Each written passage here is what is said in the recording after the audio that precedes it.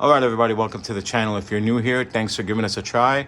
If you are a regular, we really appreciate you. This is very motivational. The comments you guys leave, it's really nice to hear from you guys. So keep doing that, and I'll keep making these videos, and we'll see where it goes, right? I am not a backyard guy. As you can see, you're taking advice from a certified professional, but it is for your entertainment only. So if you mess your car up, that's not my fault. All right, not a backyard guy. I'm a front yard guy. As you can see, I'm in the garage working on this 2011 BMW X5 xDrive 35i. This info probably applies to the diesel variant and to many other BMW cars. Okay, the axle is the passenger side on this video, and this is by GKN 305729 is the part number. Okay, as you can see, I cut the boot. It will leak a lot of oil, so have something to catch that if you want to do it this way. It was a lot easier because of the length to take this thing out in two separate pieces by myself. All right, so that's the reason I did that. I took out that cover from the top, which takes some 13 millimeters, and the cabin air filter. We're going to replace those cabin air filters, but the reason that this was taken out was to be able to get to the top of the strut to loosen up the strut tower nuts, so that way we can wiggle the bottom of the strut back and forth a little bit. That greatly aided us in getting this thing out. Also, this plastic shield right here, it's like a little inspection cover or splash guard. It sits kind of over the axle like this. Okay, a couple eighths, a 10 millimeter, and a push pin. We'll take that out. I got all that stuff right there. Okay, so a lot of people, they will wait until the last minute to change this. I'll tell you guys right now, if you wait too long, that thing could come apart and then the vehicle will not go anywhere. It will spin just that one axle. It'll go path of least resistance. It'll spin that one and the car won't be able to move. So if it's clicking, you could try re-greasing it, which I did, and it helped temporarily.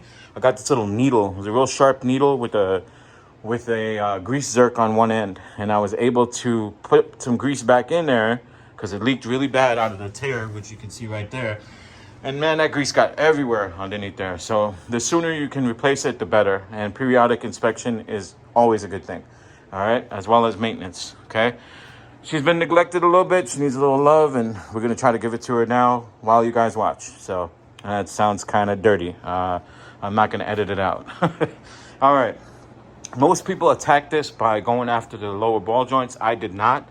I took it out from the upper ball joint, and here's the reason why.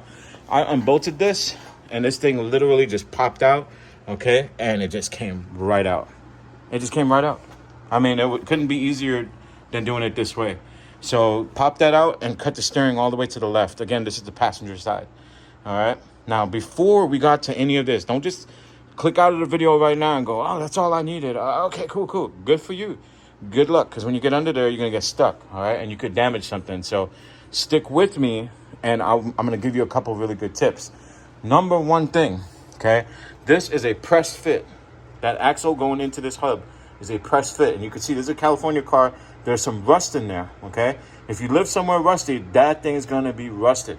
So before I took any of this stuff apart, what I did was I took care of the little notches that were staking that nut in place. Let me show you guys what I'm talking about. Okay, had a couple little notches holding that nut in place on the little divots on the axle. Okay, it's a 36 millimeter 12 point.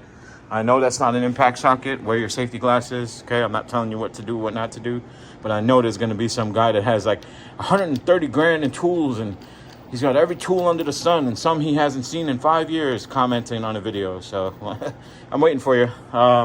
Anyway, that's where it locks into. I used a punch like this one to remove it. I'll use this round tip one, which you can get at Harbor Freight right there. Oh my God, I said Harbor Freight. The Snap-on guy just passed out. Boom. All right, so use that. Stake this down when you're done. And it's a little cleaner than using the flat one. I don't like it when they tear. I'd rather it be clean. So I like to use this round one to do this type of stuff. All right. Another thing, okay? Before you take this apart, apply a little heat. I have a little MAP gas torch that I used right there. That MAP gas torch, there you go. And heated up the area, heated up the hub, heated up the nut and the axle just a little bit.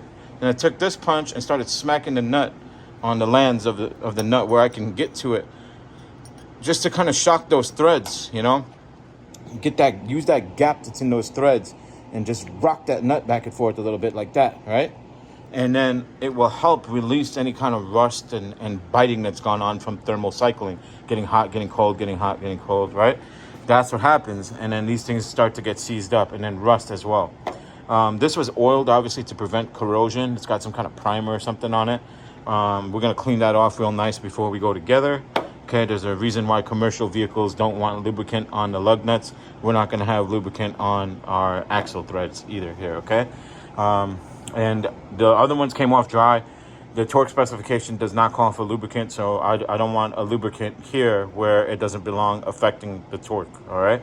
If you have a lubricant on your thread and you torque it down, what does that do to the accuracy of your torque? Will it make you over torqued or under torqued? Comment. What do you think? All right. Now, again, like I said, 305729 is the part number of this axle. I did not like, though, that there was some overspray here, so I used some Scotch-Brite, cleaned that area up, okay, a little bit. It's a good idea to make sure it's good and clean. Inspect the boots all the way around, okay? If you're doing one that has an ABS tone wheel, make sure that you weren't supposed to take it off your old one and transfer it over to your new one. I've seen that happen on a bus before, believe it or not. Guy couldn't figure out what the heck was going on with the ABS.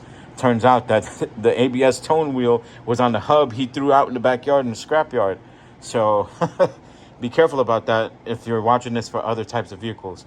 Luckily on this one, I think it's built within, so we don't have to worry about that here. Okay.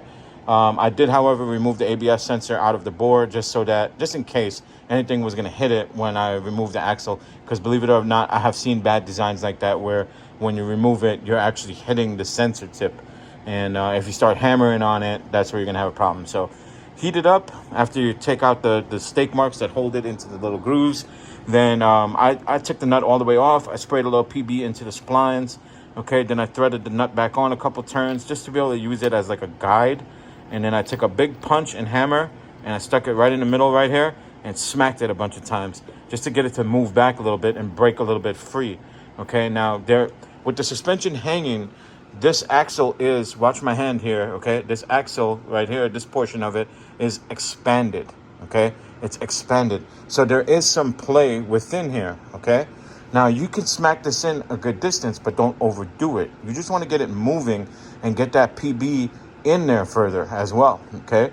You could apply a little bit more heat, but not too much because you don't want to ruin your wheel bearing.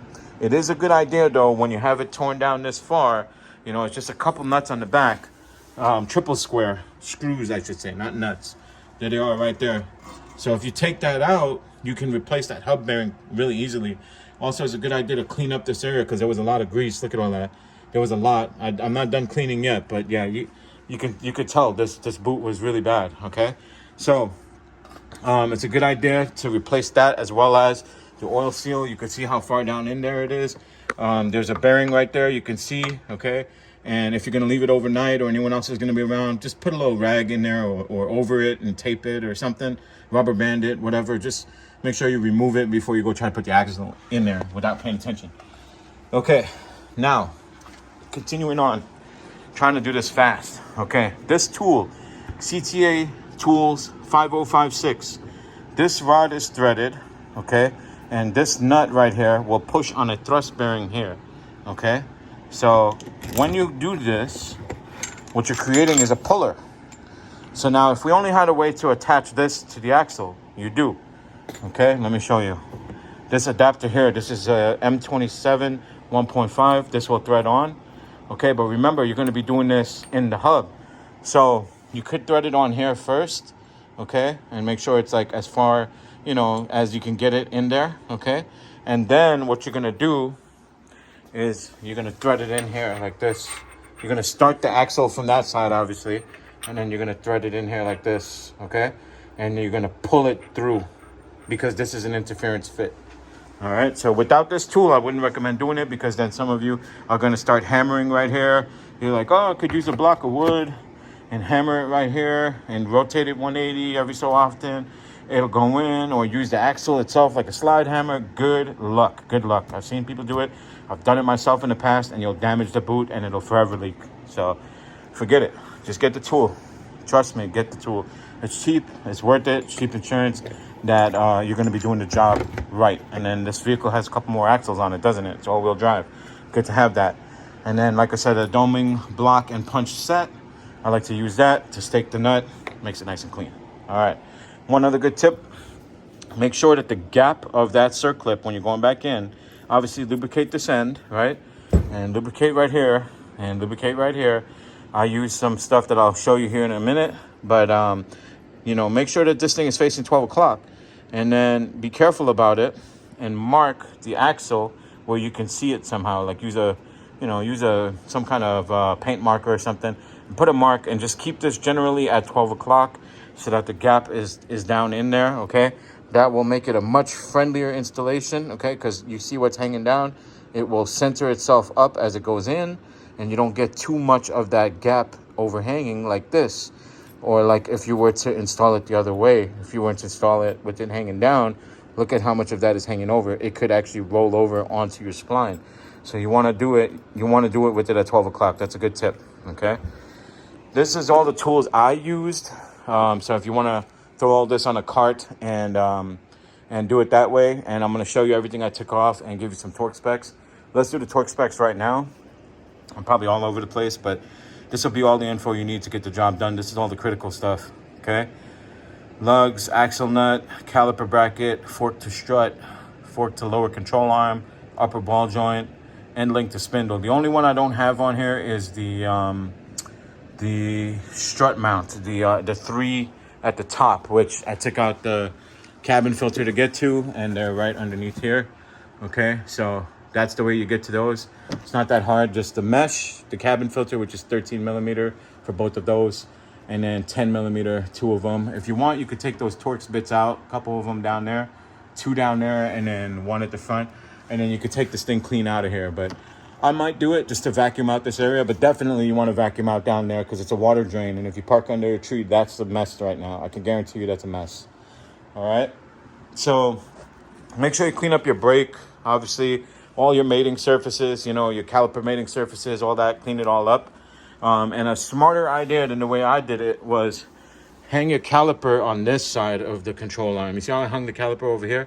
Hang it over here instead, because I had to get this line over this. I didn't stretch it or anything. It wasn't hard to do, but it's better if you hang it on this side, because then you don't have to remember to put it back over either, because remember, it clips on right here and goes to the caliper, which mounts right here. Okay, this all falls apart pretty easily because they're pinch joints. So when you loosen it up, the pinch goes away. You take the bolt out and boom, it comes right out. And the axle does come out pretty easily. But before I took any of this apart, like I said, I got the axle moving inward first. Then when I got it to this point, I smacked it the rest of the way out, cut the steering all the way to the left, took the axle out of this side. I had cut the boot and drained most of the fluid out of that side. Have something to catch it because it's a good amount of fluid and it's nasty. And then clean up your bushing over there. Don't leave that bushing soaked in oil. All right. And then you can go from underneath with a pry bar and smack on the backside of the axle, and it will come right out. Okay. And then when you go back in, you're going to use a similar fashion, but be very careful for the boots.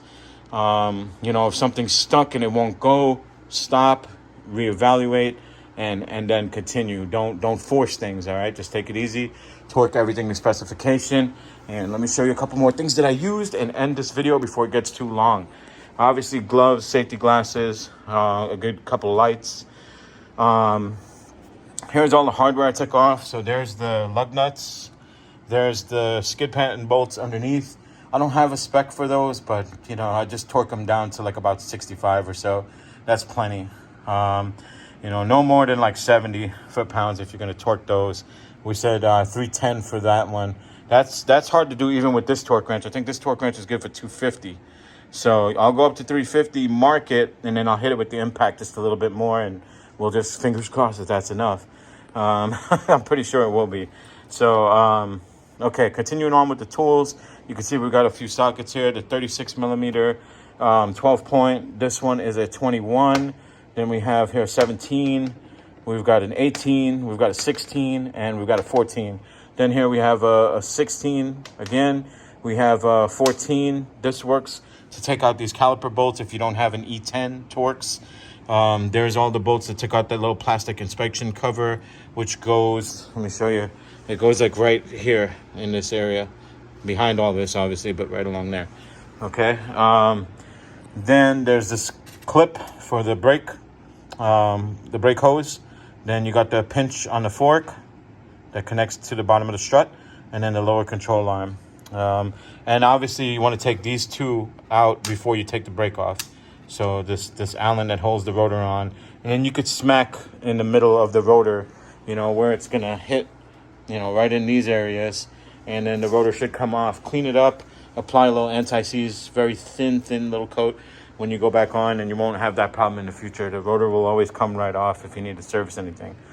Change that bearing out if you can while you're there. Okay, you see I got a couple wire brushes. The little one is for cleaning out the hub. The big one is good for the hardware.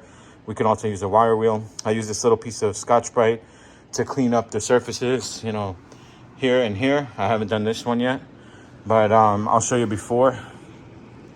See, there's like some overspray stuff on it. I don't want to leave that in there, so I'm gonna go ahead and just finish cleaning that up before I install it. Here's the Loctite. This is anti-seize that I use. All right, it's a stick, so it's a little less messy. It's still messy. Anti-seize always gets everywhere, so be very careful with the application of that. Very sparing. And then assembly goo light tack. This is great for like O-rings and, you know, little things that just need to be lubed, like the seal. You don't pack that whole groove. You just put like 3 little dabs, like, you know, like the Mercedes sign around in there, and that's plenty. Once it rotates, it'll spread that lubrication out, and the seal will be fine. As long as it's clean and you feel that bearing in there that's right behind it, like I showed you earlier. Make sure that bearing is good. And then you see we've got the torch, the impact gun. We've got either a 21 or a 7/8 wrench. We've got an 18, a 16. We've got 5 and 6 millimeter Allens. We've got a T40 Torx. We've got Phillips head, flathead. This was just to take out that push pin. This was to take out the belly pan underneath, along with the 8 millimeter there. The belly pan screws are 1/4 turn for the plastic ones, right? And that will just drop that whole plastic belly pan underneath there. But you want to make sure you put that back in. Don't leave it out. It helps guide the air underneath for cooling purposes. So make sure it was designed there for a reason. Put it back in. Okay, wear your safety glasses underneath there. Small punch, a knife to cut the boot and cut your packaging open. Pliers. This will help you with the wire if you're using a wire like this to hang the caliper. But if you're using a bungee cord, you really don't need this one. This pliers I used to help remove that clip from the brake hose. We got ratchets, you know, standard stuff, 1/2 inch, quarter, 1/2 inch, 3/8, and then this one has both. And this little ratchet's a trooper. This thing, I've had it since 2012. It's a Stanley, believe it or not. I put this thing through hell. You could tell. Look at that, and it's still going. Long pry bar, a couple different hammers. Yes, the carpenter hammer is here, and power ratchet. Okay. We got some brake clean, we got some PB blaster, the torch, and then this stuff we already went over. That's pretty much it. That's everything that I've used. Little paper towel and safety stuff. Other than that, that's it. So just be careful. Here you can screenshot the torque specs if you want them. Don't forget about this circlip right here. Just kidding. I'll go back. I know people tell you to screenshot stuff and they don't give you enough time to even get to the buttons, right? Or you locked your phone. Okay, you're back now. Okay, screenshot that. Anyway, all right. Remember, clean it up, inspect it real good. All right, don't try it without that tool. Get that oil seal for inside. I did not. Learn from my mistakes here. Hang the caliper on the front and side. That's going to be easier. I'm going to change that before I go back together. Loosen up that strut and go from the top ball joint, and you'll have an easy time. Now, before this video reaches 20 minutes and we lose everybody's attention span, a word from our sponsors. Nah, just kidding. Thanks for watching. Like, subscribe, comment, good or bad, it doesn't matter. It just motivates me to keep making these videos for you guys. I hope it was helpful. I hope you have a wonderful day. God bless you guys.